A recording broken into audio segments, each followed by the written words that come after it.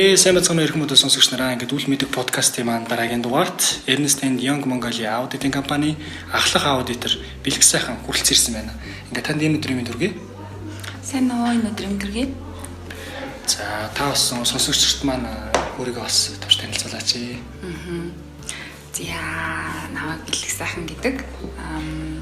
Ernst & Young компанид одоо 7 дахь жилдээ ажиллаж байна. Тэгээд бүр багаас нь ихсүүлээд нэгсэндээ associate буюу туслах аудиторын ихсүүлээд тэгээд одоо болохоор ахлах аудитор хүртлээ ингээд явж байгаа. За таны ер нь нэг сонгосон мэрэгжил чи ямар мэрэгчлэр сурч төгссөн бэ?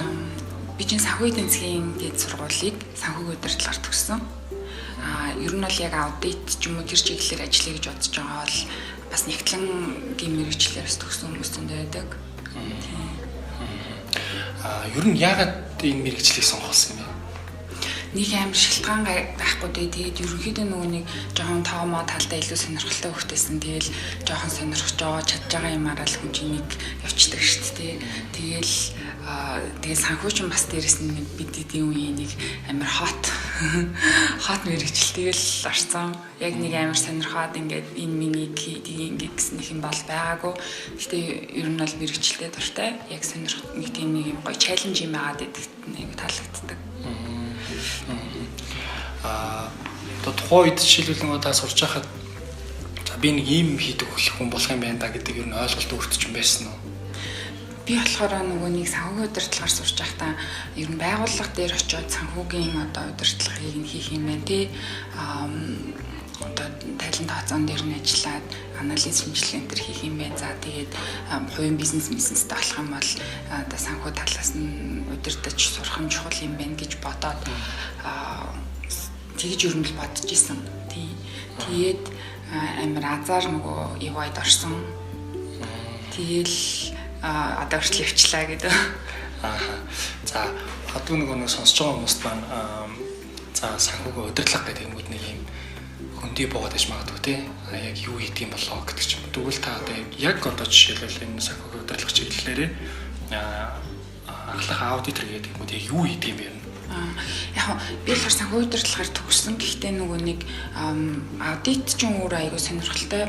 Одоо чинь манай байгууллагт бусад одоо 4-5 аудитын компанид ч гэсэн ажиллаж байгаа хүмүүс заавал одоо нэгтлэн санхүүгээр төгсөн байх албатай бас байдаггүй. Тэр хүн ингээд сурын мэдээ чадихыг гэсэн те эрмэлзэлтэй ингээд энэ чиглэлээр явъя гэсэн байгаа бол одоо бизнес удирдлагаар ч юм уу ингээд арай өөр чиглэлээр ажилласан. Эсвэл сурсан байсан ч гэсэндээ нэг асуудал болтгоо.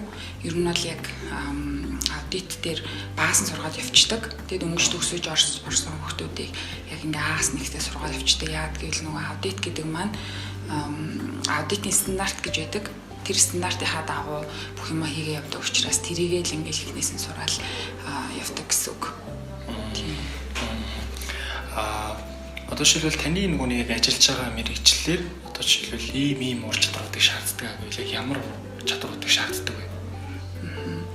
Хувь хүний онцлог бас аягүй чухал байдаг. Дээрээс нь тууштай байдал, юмны нэг арт гараад хийдэг тийм чанар илүү хэрэгтэй гэх юм уу.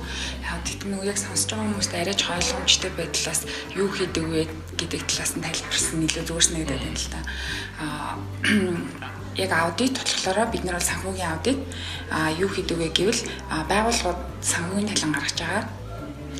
Тухайн байгууллагын орлого зарлага ямар байсан тий ямар хөрөнгөтэй энэ байрлага байлаа гэж бодоход энэ байрлага чинь одоо хэдий хэрэг хэмжээний өртөгтэй юм тий за тэгээд ямар үр ширтэй юм одоо хідэн дөрөвний ашиг олоод байгаа гэдэг ч юм уу те тэр яг тайлан нэгтлэн бодогч нар гаргаж байгаа компани болгон дээр юуг харж гаргадаг вэ гэвэл нэгтлэн бодох бүртгэлийн олон улсын стандарт гэж байгаа. Тэр стандартын дагуу тайлангаа ингээд гаргана. Энэ бол дэлхийн хэл ерөөсөө хаач утсан яг адилхан стандарт мөрдөгдөн би одоо ямар ч байгууллагын одоо Америкийн нэг компани тайлан хараад ойлгож болно гэсэн үг. Монголын тайлан хараад гадаад хүн бас ингээд орчуулад тавьсан байхад ойлгоно гэсэн үг. Тэгэхээр тухайн стандартын дагуу гарсан байгаа тайланг бид нар үзээд яг тэр стандартын дагуу гаргасан байна уугүй үзнэ гэсэн шалгадаг гэсэн. Тэгээд шалгаад тэрэн дээр дүгнэлт гаргана. За энэ бол ингээд стандартын дагуу бодиттой үнэн зөв гаргасан байна. Энэ стандартын дагуу энэ хэсэг нь бодиттой байна, энэ хэсэг нь бодиттой биш байна гэж хэлдэг юм уу те. Тэгээд дүгнэлт гаргана. Тэр аудитлэгдсэн тайлан гэдэг нь одоо хөндлөнгийн хяналт орж ирж байгаа гэсэн үг шүү дээ. Тэр тайланг Монгол улстай бол одоо ингээд сангийн амд тушаадаг те. Эсвэл одоо тэрийгэ бариад гадаадаас хөрөнгө оруулалт татах, эсвэл банкнд одоо ингээд өгөөд за бидний ингээд санхүүгийн үзүүлэлт бол ийм байна. Бид нар бол итгэж болох компани юм аа гэдгээ ер нь бол баталгаажуулж байна гэсэн үг байхгүй юу? Бусдаар бол одоо юу гэдэг би ингээд би чи амар сайн хүн штэ гэж чамд мянган удаа хэлээд дахаас илүүтэйгээр хажуу талд байгаа нэг хүн чамд өө энэ бэлэг сайхан жаягууд ажгүй штэ сайн штэ гэд хэлэх юм бол чамд нэг итгэл өмшөлөө төрнө штэ. Тэгэхээр нэгсэн нөө яг тийм зарчмаар явж байгаа гэсэн.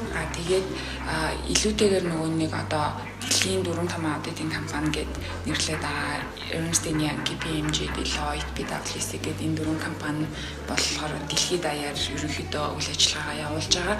Тэгээ нөгөө яг тийм үнэн зөв бодиттой тайланг баталгаажуулж байгаа гэдгээрээ дэлхийд нэр хүндтэй болоод нэгсэн хүмүүсийн итгэлийг даацсан болохоор чинь манай байгууллагаас ч юм уу одоо бусад одоо 4 гэлтгүүн дахиад нэмээд байгаа л та том аудитын компаниуд олон улсын тэр байгууллагаас өгсөн дүгнэлттэй тайланг харуулхад гадаадын хөрөнгө оруулагч жишээлбэл итгэн гэсэн үг байхгүй тий тухайн байгууллагын санхүүгийн үзүүлэлтэд итгэж ийн гэсэн үг.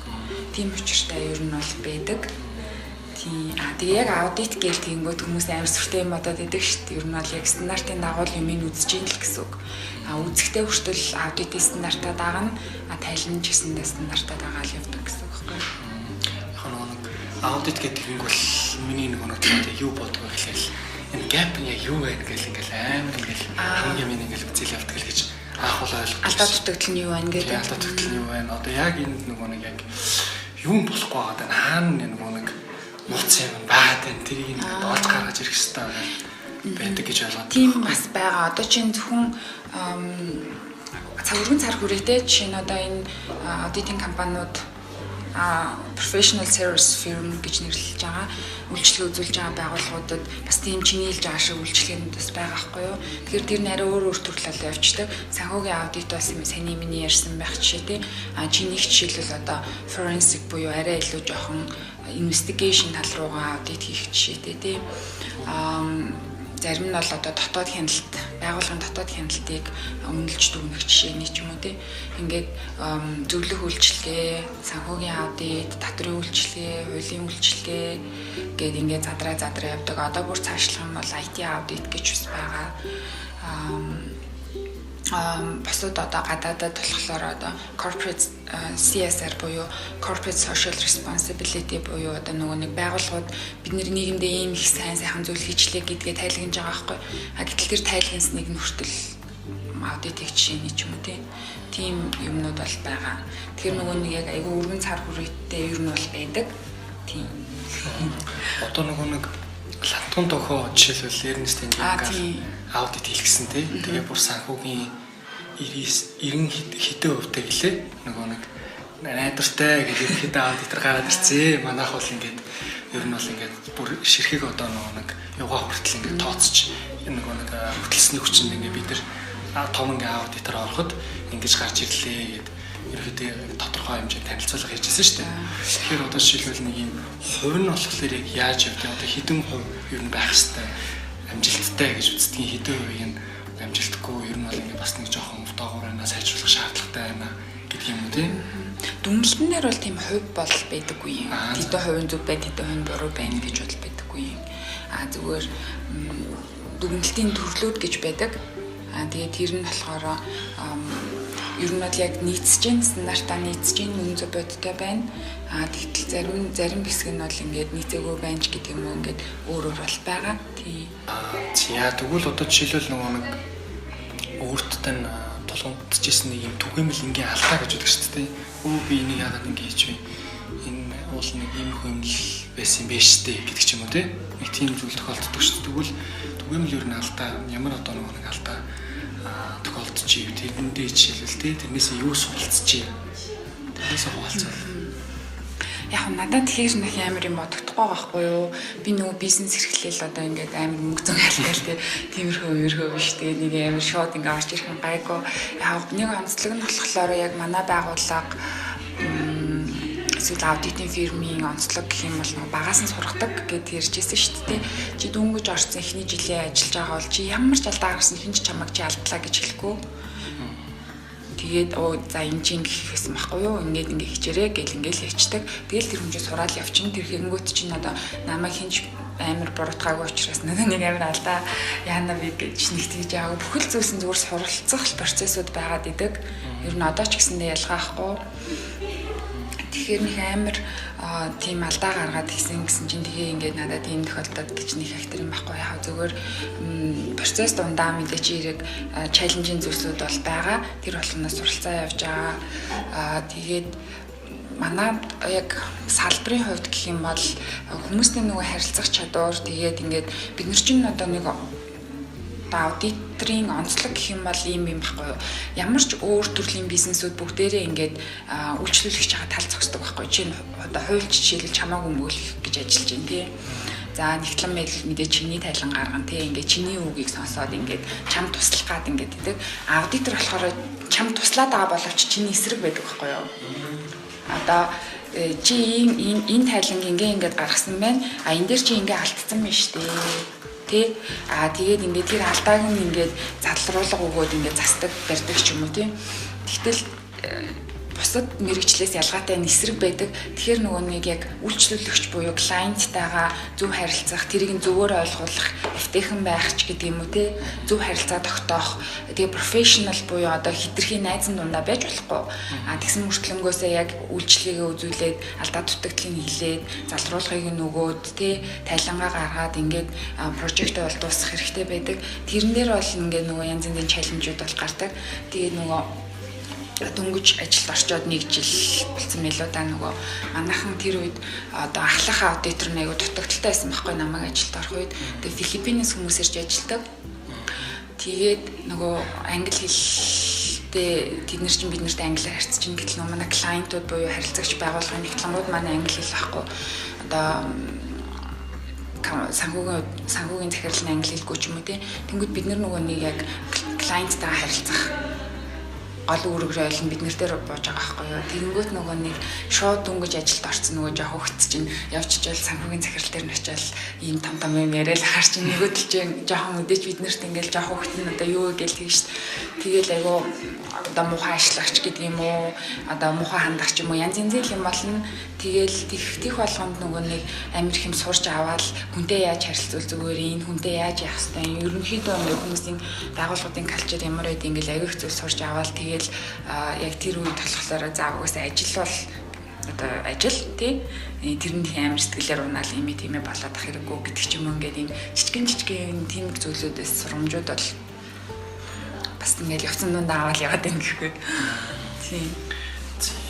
Тэгвэл магадгүй одоо нэг ажиллаж явах үедээ ч юм уу тий ажлынхаа жугаарч гэдэг юм уу тий хэрэгжүүлсэн одоо амжилттай хэрэгжүүлсэн сайн туршлага гэвэл та бас юу хаалцах вэ?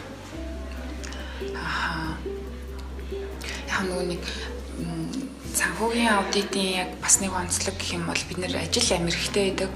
Одоо ялангуяа одоо бизнес season гэж нэрлэдэг. Бүр амир завгүй ингээд яг тайлан гараад тайланы дараа 12 сараас эсвэл 1 сар, 2 сар, 3, 4 сар гэл тэгээд тэр хугацаануудад амир их ажилтай. Ялангуяа нөгөө нэг банкн дээр жишээлбэл аудит хийж байгаа тохиолдолд банкны аудитлэгдсэн тайланг 3 сарын 31-ний дотор турших хэрэгтэй байдаг. Тэнгүү тэр гэхэд тайлан гараад ингээ бүх юм бид нар одоо тэр банкны бүтэн жилийн үйл ажиллагааг үзээд ингээ за окей энэ бол стандартын дагуу байна эсвэл тийм биш вэ гэдэг дүгнэлтээ тэр хугацаанд өгнө гэсэн үг шүү дээ. Тэнгүүд ингээд нөгөө боршин оройгоо суугаалах самтны сонгоо суудаг. Тэгээл тийм бас аюух ажил ихтэй байдаг. За тэгээд бусад байгууллагын хувьд ч гэсэндээ ялгаахгүй ер нь л яг бизнесийн үеэр аюу завгүй байдаг байхгүй. Тэгээд би нөгөө нэг Rotaract клуб 11 оноос хойш явж исэн. Тэгээд би яг эхний 2 жил staff 1-2 гэж явдаг байхгүй юу. 2 жил 3 дахь жилдээ senior болоод тэгээ senior-ийн нэгжлийг тусчаад тэгээ яг өргөжлүүлээд нөгөө Rotaract-ийн president болчихсон байхгүй юу. Тэгээд нөгөө яг ажлын гадуур ходоод тэр чинь миний ажилтай ямар ч холбоогүй шүү дээ. Сайн дурын ажил. Тэгээд тэгтээ яг өөрөө ингээд хий гэж бодож исэн төслүүдээ хиймээр санагдал тий. Тэгээд за болъё гэж болцсон. Тэгээд тэр бол нэлээд чаленж юм байсан. Тэг яг миний амьдрал дээр ингээд эхлээд ажил нэг наймарт магадгүй заримдаа ажил хоёр зарсан ч ашиг тий. Тэгээд дараа нь клубын ажил тэгээ дараа нь баг гэр бүл хувийн амьдрал маань ард орж ирээд байгаа юм шиг. Тэгээ бүтэн жил нэг жоохон нэлээд завгүй тэгж явж ирсэн. Гэхдээ ер нь бол тэгтээ ч гэсэн их юм сурсан. Тэгээ илүү хачаал авцсан, илүү их амжуулаад бид юм билээ хүн. Магадгүй одоо нэг яг ийм нэг одоо жишээлбэл зүйлээ амжилттай хэрэгжсэн нэг ийм жижигхэн туршлага гэвэл нэг ийм туршлага байна гэдэг бодтой хуваалцах кейс байвал бас хуваалцах шүү дээ.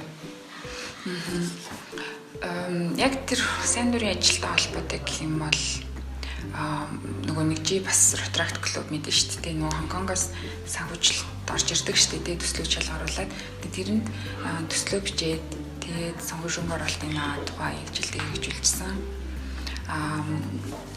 Тэр нь болохоор $3,000 төслөөсөн.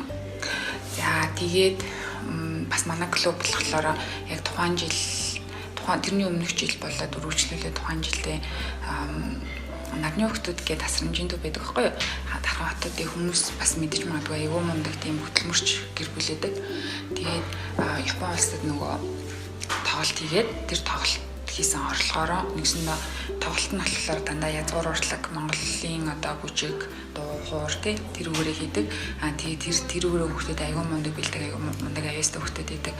Тэгээд тэр тоглолтынхаа олсон мөнгөөр ингээ бүтэн жилийн турш өөрсдийнхөө нөгөө санхүүжилтийг босгоод тэгээ сургууль цэцэрлэг ингээл бүхэл юмдаа ингээд зарцуулаад хийдэг тийм мундаг гэр бүл байдаг байхгүй. Тэгээд тухайн үед болохоор тэр санхүүжилт нь нэлээд багасаад одоо энэ Улаанбаатар чуулгач одоо 300 орчим лөө нэлээд олон судал 500 лөө судалтай. Тэгээд ер нь бол нэг 80% дүүргээд билетийн зараад тэгээд тэдний тоглолтыг зохион байгуулаад тэгээд тэдний тоглохлоор юм нэлээд олон юм цоошин юунууд өгч ийсэн.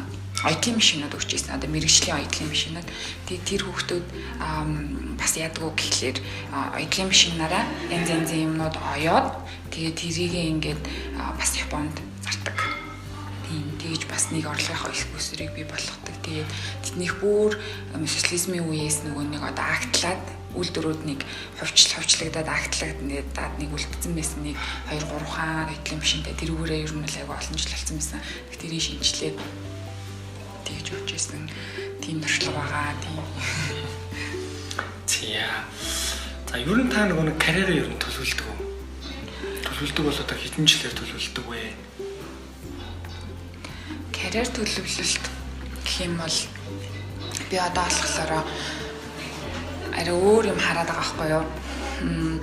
Би нөгөө нэг саяхан нөгөө Инхбат гэдэг Datacom-ийн Инхбат байдаг шүү дээ. Тэр хүний яриг сонсч байсан чинь хүн ингээд одоо орчин цагт хүн ингээд дор хойж 2-3 удаа мэрэгчлээ сольж тий бараг 10 байгууллагт ингээд насны туршдаа гэхэд доотлол бараг 10 байгууллага сольж байлгал ингээ үзэгдэл болж байгаа гэдэг хэлжсэн шүү дээ. Тэнгүүд яг тэр л болчиход байгаа юм шиг нэгдэт байгаа л да. Би одоо ингээд аудитор 7 жил ажиллаж байгаа.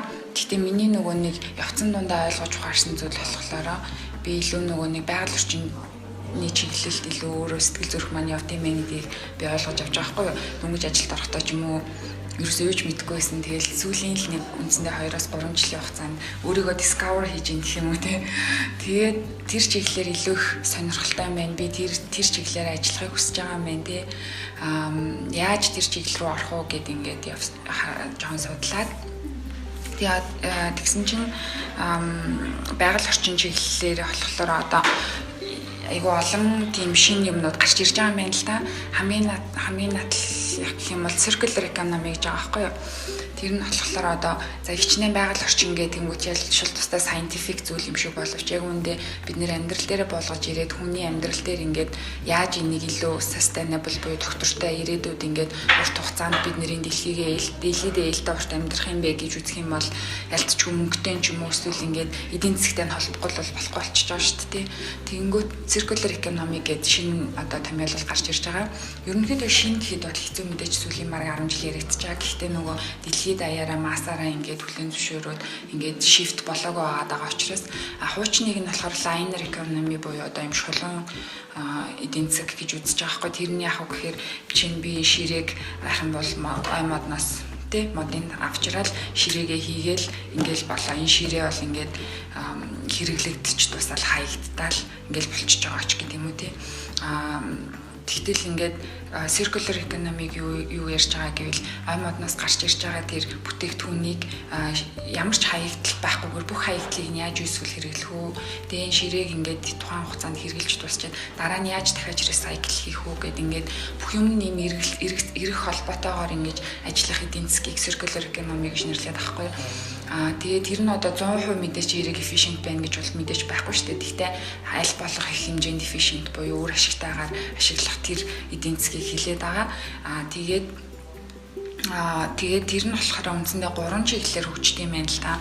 Нэг нь болохоор бүтээгдэхүүн хөгжүүлэлт гээд тэр нь одоо чинь миний ярьсан шиг ширээн дээр чинь ярьж байгаа хгүй тий. Чинь одоо байгууллага дээрээ одоо ямар бүтээгдэхүүн үйлдвэрлэдэг вэ? Тэрийг яаж илүү circular буюу хаягдал багтаа байлгах уу? Эсвэл чиний хаягдал өөр нэг компани input буюу бүтээгдэхүүний одоо их сурулж их усүр болох боломжтой юу? Эсвэл чи өөр нэг компани хаягдлыг авчираад өөрийнхөө input болох боломжтой юу ч гэдэг юм уу? Бүтээгдэхүүн дээрээ хоёр нь болохоор процессын circular болох буюу эргэх холбоотой болох гэдэг. Тэр нь болохоор байгууллага доторх одоо бизнесийн үйл ажиллагаа процессууд байгаа шүү дээ. Тэрийг яаж илүү circular болгох вэ? За тэгээд сүүлийн нь болохоор бүр бизнес модельийг нь яаж circular болгох вэ гэж судалж байгаа тийм практисууд дэлхийгээр ер нь бол байгаа юм байна л да. Тэгээд энэ дотроос хамгийн хэцүү нь болохоор бизнес модельлоо тэгж өөрчлөх. Яг л нөгөө нэг айгүй олон хүчин зүйлээс хамаарат байгаа учраас жоохон хэцүү. Жи бүтээгдэхүүнүүдийг ингүүд байгууллага дотор ярилцаад аль болох ингээл янзалж болж байна тий. Процессоо бас ингээд жоохон circular болгоё гэвэл асуудал харьцангуй бага. Гэтэл яг бизнес модель дээр очих юм бол жоохон хэцүү байх жишээ нэг юм тий. Тэгээд ингээд ийм шин юмнууд мэдэж авч байгаа. Тэгээд яг тиймэрхүү чиглэлээр илүү цаашдаа сураад судлаад ажилламаар санагдаад тийм тэгээд бас түрүү нөгөө би тайлбарлаж байсан шүү дээ нөгөө байгууллагууд corporate social responsibility report зарим sustainability report ч гэдэг юм ингээд хийдэг тэрэн дээр аудит хийдэг гэгээд тийм практисууд чинь манай байгууллага Ernst & Young-ийн дэлхий дээр бол байгаа. Гэхдээ харьцангуй одоо тийм олон оронд биш цөөхөн оронд л байд юм лээ. Жишээ нь тэр чиглэлээр ч юм уу ингээд нэг тийм жоохон нэг тийшээ шивтлэх тийм хүсэл байгаа. Тэмний карьер одоохондоо тэгж харагдаад байгаа шүү дээ. Хэдэн жилээр төлөвлөдөг вэ? 5 ч гэх юм уу тийм. Тэгээ яг тийм амар жил мэл нэрэмэр юм яг үндэ гаргаагүй яад гэвэл нөгөө амар тодорхой биш жоохон байгаа хгүй юу. Яг Монголынхаа хөрсөн дээр ирэнгүүт бас айгүй тодорхой биш. Дэлхий дээр бол ингээд emerging тэг гарч ирээд байгаа. Тэгээд мэдээж хэрэг мундаг практисууд бол гарсан байгаа. Тэгээд тийшээгээ хөл тавиад ингээд ойлгож ухаарад ингээд харчих юм бол магадгүй би за би хэдэн жилийн дараа тгийгээд харчих гэж бодоод байгаа байхгүй. Тэрнээс наа нь болохоор жоохон юм үүлэн дотор явж байгаа одоогоор бол гэхдээ айгүй гоё юмнууд болж байгаа юм билээ. Жишээ нь одоо carbon dioxide CO2 аашт тий тэр чинь бол одоо дэлхийн дулаар л хамгийн нөлөөлөл үзүүлж байгаа. Тэнгүү тэрийг ингээд нөгөө сорж авах carbon engineering компани чинь байгаа хгүй. Ер нь бол янз янзын юм солиушнууд зөндөө олнороо гарч ирж байгаа. Ер нь энэ тэнд компаниуд туршиж байгаа. Ерөнхийдөө бол ирээдүйд тэр тийшээ аяөх өөрчлөлтүүд, шифтүүд хийх юм гэж харж байгаа хгүй яа. Тэгж бодохгүй бид нэр ингээд 10 жилийн өмнө 15 жилийн өмнө биднэрт смартфон бүр амар хол ийсэн шүү дээ. Тэр үед нэг өнгөстэй хэлэстэй оцтой болчихвол за бараг ертөнцийн төв юм байшин. Амар гоёсэн нэгддэг байсан чи одоо ингээд смартфон гэл ингээд юм амар хурдан өөрчлөгдөж байгаа. Тэгэхээр яг стил яг тийм ирчээрээ миний бодлоор тийшээ нэлийн шифтлэх бодлоо гэж би бас бодож байгаа. Тэгээсээ ч гэж хүсэж байгаа. Карьер дээр тэгэнгүүт нэг нийтлэг нэг юм ерөнхий ойлголт байдаг шүү дээ. Жишээлбэл баг цалингаас их цалинтай болох эсвэл одоо жижиг компаниас том компанид очих ч гэдэг юм уу тийм. Эсвэл одоо нэг одоо жирийн Монгол компаниас жишээлбэл улсын компанид очих. Эсвэл бүр одоо улс орнд дамж одоо нэг өөр оронд ажиллах ч гэдэг юм уу. Энийг нэг карьер төлөвлөлт карьер хийж ийн гэж ерөнхийдөө ойлгоод байдаг. Таны хувьд яг юу гэж ойлгодог вэ тэрийг? Миний хувьд бол яг өөрийнхөө одоо чамд сэтгэл дотор чинь дуудлага байгаа бол тэрийгэ олж сонсоод тэрийгээ даах л гэж би бодоод байгаа шин. Тэгээд тэрэндээ харин жинхнээсээ ингээд тэрийгээ олоод ойлгочих юм бол тэрнийхээ замыг харж явах юм бол тэрэн дээр нэг гоё цэг олоод зоочвол тэр чинь карьер төлөвлөлт юм шүү дээ. Тэрэндээ яаж хүрэх юм. Тэнгүүд би яг одоо нөгөө нэг ингээд өөрийгөө discover хийгээл ингээл явж байгаа. Тэгээд нэг жоохон юм харцсан. Тэгээ яг бас бүтэн зураг харж чадахгүй байгаа учраас шууд за тэр гэд хэлэхэд хэцүү. Гэтэ заавал нөгөө нэг хүмүүс тэгэхт одоо юу гэдэг чиний түрүүний хэлснээр нэм амир хитрхи баригдмал битээ ойлгоосол гэж хүсэж байна л та. Яг гэдэг хүн янз шүү дээ. Хүн өөрөө хол замаар явж байгаа. Гэхдээ одоо тэр хүн үнэхээр одоо тэр чиний хэллэгээр ингээд карьер төлөвлөлт гэдэг олон улсын байгууллагад ажиллах нь өөрийнх нь ингээд сэтгэл зүрхэнд нь байгаа дуудлага. Тэгээд тэр чиглэл нь ямар чиглэл нэ тэр нь үнэхээр таалагдаад өөртөө сайхан байдаг бол мэдээж болохгүй юм байна шүү дээ. За магадгүй одоо нөгөө нэг яг энэ санхүүгийн удирдлага чиглэлээр за энэ аудитор чиглэлээр ажиллах гэж байгаа тийм ийм залуучууд эсвэл нөгөө нэг яг энэ чиглэлээр дөнгөж ажиллаж эхэлж байгаа ажлын гараа эхэлж байгаа. Яг уу гэвэл компьютертэй харьцсан, айгүйх Excel дээр ажиллана, тэгээ айгүйх датан дээр ажиллана. Харьцан одоо чинь маркетингийн хүн бол учир зүггүй датан дээр амар суугаал тэгээл ахгүй ш бас харьцангуй нөгөө гадагшаагаа дур явна хүн амтан тавуулсан тэр хүний тэр скилний илүү шаардлагатай шүү дээ. Гэтэл шал өөр одоо нэгтлэн бодогч аудит гэдэг мэргэжил бол аудитор болох мэргэжил бол айгүй өөр гэдэг болохоор тэр талаар бодох хэрэгтэй. Хүн яг нөгөө нэг тухайн ажлын байран дээр очиж үзээд ямар вэ гэдгийг ер нь бол нэг айдиатай болчих хэрэгтэй юм шиг надад байдаг байхгүй юу. Тэгэл айгүй компьютер дээр суун хэрвээ чамд тэр жок байвал сонгож болохгүй юм бол байхгүй. За тэгээд яг одоогийн зүгээр харж байгаагаар бол олон улсын зэргүүд гэж байдаг байхгүй SSA, CPA гэл тийм зэргүүд. Тэр зэргүүд нэр яг ямар учиртай юм бэ? Одоо ийм бага юм Английн стандартаар ингээд ерөнхийдөө нэг IFRS буюу олон улсын эхлэл мод бүртгэлийн стандарт гэж байгаа. Нөгөөх нь болохоор GAAP буюу нөгөө Америкийн бас стандарт гэж байгаа байхгүй. Тэгээ үндсэндээ ингээ хоёр л байгаа. Тэгэнгүүт SCCA-ийн болохоор IFRS-ийн стандартыг ерөнхийдөө заадаг зэрэг гэсэн үг байхгүй. GAAP болохоор Америкийн CPA буюу Америкийн мэргэжлийн эхлэл модч гэсэн үг байхгүй. Тэгээ ингээд олон улсын зэрэгтэй болох юм бол бас илүү даваа талтай байдаг. Тэгээ тийм хөтөлбөрүүд бол одоо санхүү эдийн засгийн сургууль дээр жишээлбэл байгаа. Тэгээ өөр одоо зөвхөн заавал одоо нэгтлэнгаас илүү одоо CMA буюу одоо менежментийн бүртгэлийн бас олон улсын зэрэг гэж байгаа. CFA буюу санхүүгийн шинжээчийн бас зэрэг гэж байгаа. Тэгээд янз янзын олон улсын зэргүүд байгаа. Тийм юмнуудтай болоход бол илүү даваа тал болдог. Энэ чиглэлээр ажиллаж сурах гэж бодож байгаа. Та ер нь сайн дурын ажил хийдгүү хэрвээ хийдэг бол ер нь яагаад өөрийн чинь одоо амьдралд те чухал байд юм бэ сайн дурын ажил? Түрүү нөгөө нэг ярьснаар ямарчсан ретракттэй явсан. Тэгээ одоо болохоор Rotary Club-д орсон байгаа. Сайн дурын түүнээс гадна нэрээ манай байгууллага маань өөрөө нийгмийн сайн сайхны төлөө буюу corporate social responsibility одоо нийгмийн хариуцлагынхаа хүрээнд бас төслүүд хэрэгжүүлдэг. Тэгээд би болохоор байгууллагынхаа CSR багийн ахлагчаар ажилладаг. Бас давхар. Тэгээд яг одоогийн байдлаар бол бид нэр Christian Noble Foundation гэж байдаг.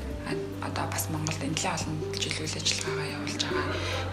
Асрамжийн төв тэгээд одоо эмзэг боломжгүй байгаа гэр бүлүүдийн хүүхдүүд эсвэл одоо хагас өмчин ч юм уу өнжин хүүхдүүдэд гадаад ээж аав буюу одоо спонсор олж өгөөд тэгээд тэр спонсорын одоо шилжүүлсэн мөнгөөр хүүхдүүдэд одоо сургуульд дэмжлэг үзүүлдэг тий спортлдог тийм байгууллага байдаг. Тэгээд 1000 орчим хүүхдүүдийн одоо спорт үзүүлээд байж байгаа гэсэн. Тэгээд тэр байгууллагатай хамтраад сая 30 хүүхдэд англи хятад хэлний курс явуулж байгаа. Одоо стил явж байгаа л да. Тэгээд яг надад нэг гоё юм байгаа юм. Ингээд миний хийж байгаа зүйлээс болоод хин нэгний амьдралд нэг гоё өөрчлөлт орж ирээд жижигэн ч гэсэндээ ингээд өөрчлөлт орж ирүүл амар гой санагдаад тэр нь л амар гоё нэг гоё ингээд цэнэглээд байгаа юм санагдаад байдаг шүү дээ. Тэр нь л ингээд хөдөлгөөд байдаг. Тэрнээс өөр одоо тэрийг ямар нэг сайн дур юм хийлээ гэд надад мөнгө ирэхгүй тий. Нэг амар нэр хүнд алдар нэр ирэхгүй тий. Ямар нэгэн тийм бенефит гэд багцсангоо байхгүй шүү дээ. Би цалин аваагүй ч гэдэг юм уу тий.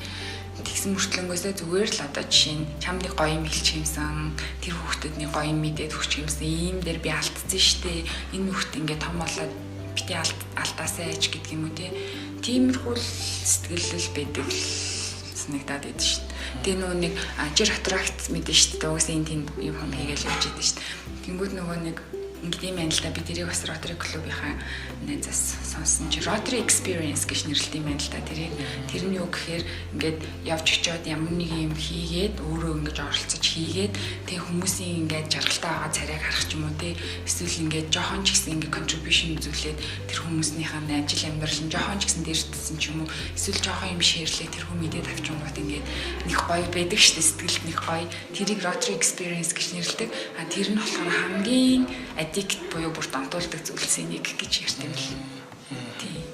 Тийм миний адар тэрэн дээр бол санал нийлнэ. Зя одоо нөгөө нэг подкастынхаа яг нөгөө нэг сүүлд болохоор за ер нь ингээ базаад дүгнээд хэлэхэд гээд за хэрвээ нөгөө нэг санхүүгийн удирдлагч чиглэлээр сууж төгсөөд эсвэл сурах гэж байгаа одоо аудитор ажиллах гэж байгаа аудитор ажиллах гэж байгаа ийм одоо нөгөө нэг залуучууд байвал одоо манай подкаст бол маш хэрэгтэй хаа яг юу хийдэг вэ гэдгийг баг ч гэсэндээ хуваалцсан баг. Тэгээд ямар ур чадвар шаардах вэ гэдгсэн чинь ер нь нэлээд суудаг те. Илүү нөгөө нэг юм техниктэй харьцдаг буюу компьютер дээр илүү их ажилдаг нэлээд нэгт нямбаа. Тэгээд ямар нэг анализэн дээр юу хийдэг те. Ийм нөгөө нэг юм ур чадваруудыг бас их шаарддаг юм байна шүү гэж ер нь ойлголоо. Тий. Гэхдээ бас нөгөө нэг одоо soft skill гэж ярьж байгаа ш тэр бас айгүй чухал. Яагаад гэвэл одоо би бодоод байгаа байхгүй юу. Манай ажлын харьцангуй үр дүн болохоор бас айгүй юм нөгөө нэг харах боломжтой байхгүй юу. Жишээлбэл одоо чинь аяг хийдэг хүн бол гоё юм уу муухай юм уу хараал юм мэдэн ш. Тэртэй адилхан ингээл датаг ин хараал тий спортын талын ин хараал хийсэн ажлын хараал ингэдэг. Гэхдээ хүн нөгөө нэг soft skillтэй бэжиж одоо тухайн ажилдаа илүү өөрийгөө бусдад ойлгуулж өөрийнхөө хийсэн юмыг илүү таниулж магадгүй ингээд тушаал твших ч юм уу те тэрэн дээр илүү бас хэрэг болд юм байна гэж анзаараад байгаа байхгүй юу. Жишээлбэл soft skill гэхээр юу багтах вэ? Тодорхой хэмжээнд за одоо таны яг одоо ажиллаж байгаа чиглэлд жишээлбэл яг ямар soft skill-үүдийг шаардаж байна? Хүнтэй арга юу олох тий клиенттайгаа менежертэйгээ сеньортойгоо стафтайгаа арга юу олох тэгээд баг дотор гоё эрэг уур амьсгал бий болох энэ чинь нөгөө үндсэндээ багийн ажил байдаг л та аудит бол баг дотроо эрэг уур амьсгал бүрдүүлээд хүмүүстэй ингээд найрсаг байдаг тий гэхдээ мэдээж тэр чинь ажил юм чи асуудал гарна их ажиллана тий зам муудалцах сайн дах юм гарах боломжтой. Тэгтэл ингээд тэр болгонд айгу зөв хандл хийдэг одоо communication skill-үүд гэсэн үг шүү дээ. Тийм чадварууд ч гэсэндээ бас айгу хэрэг бодлоо тэрэн дээр бас ингээд хөгжүүлснээрээ магадгүй ингээд заавал technical skill чи бит хоёр айв адилхан байхад бит хоёрын илүү soft skill сайтай илүү амжилттай байх боломжтой гэсэн үг байхгүй юу? Тийм. За хамгийн сүүлд болохоор нэг мартагдсан монгол үг гэдэг нэг юм асуудаг. За энэ маань болохоор яг нэг он цаг ингээд улирхын хэрэг эргээд манай ингээд нэг монгол үгнүүд ингээд мартагдчих эхэлж байна л да. Залуучууд жишээлбэл одоо зарим үгнүүдийг ингээд нас одоо жишээлбэл ингээд зарим нь ингээд зэтрхээ залуучаад зарим нь одоо жишээлбэл ингээд нас ахигдсан энэ үгийг яагаад мэдэхгүй байгаа юм болооч гэдэг юм уу те. Нөгөө нэг одоо Z generation хиндэг хичээлэл ярингууд нөгөө хэд нэрээ өөрөөр ярьдаг бид нар болохоор арай өөрөөр ярьдаг ч юм уу тий. Тэгээ бидний стейшн үеийнх нь болохоор бүр нөгөө энэ үгийг мэддэггүй мөрч гэдэг юм уу тий. Тэгвэл магадгүй одоо нөгөө нэг өөрийн чинь баг бахтаа сонсч ирсэн, эмээ өвгөөсөө сонсч ирсэн ч гэдэг юм уу, ээж аваасаа сонсч ирсэн ч гэдэг юм уу. Тийм нэг хуучны мартагдаад байгаа нэг характер ашиглалтгаа болсон ч гэдэг юм уу тий. Тийм нөгөө нэг ховор нандин үг байвал хаваалцаач гэж. Үг юм уу тий. Тийм үг ч гэж болно. Цаг цагаараа байдаггүй, цахилдаг хөрөө байдаггүй гэдэг үг байдаг шин. Монгол үг, монгол зөвлөцөг. Тэгээд тэр их амар жоохон бахта ер нь сонсоод тэгээл амар цэжил мэжилдэгсэн шүү дээ бид нар чинь дээр.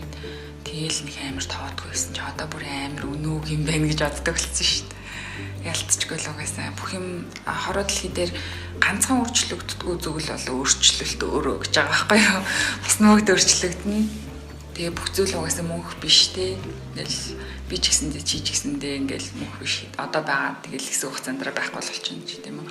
Тэгэхээр тэр надад амар гоё үг шиг санагдаад тийм аа. Тэгээд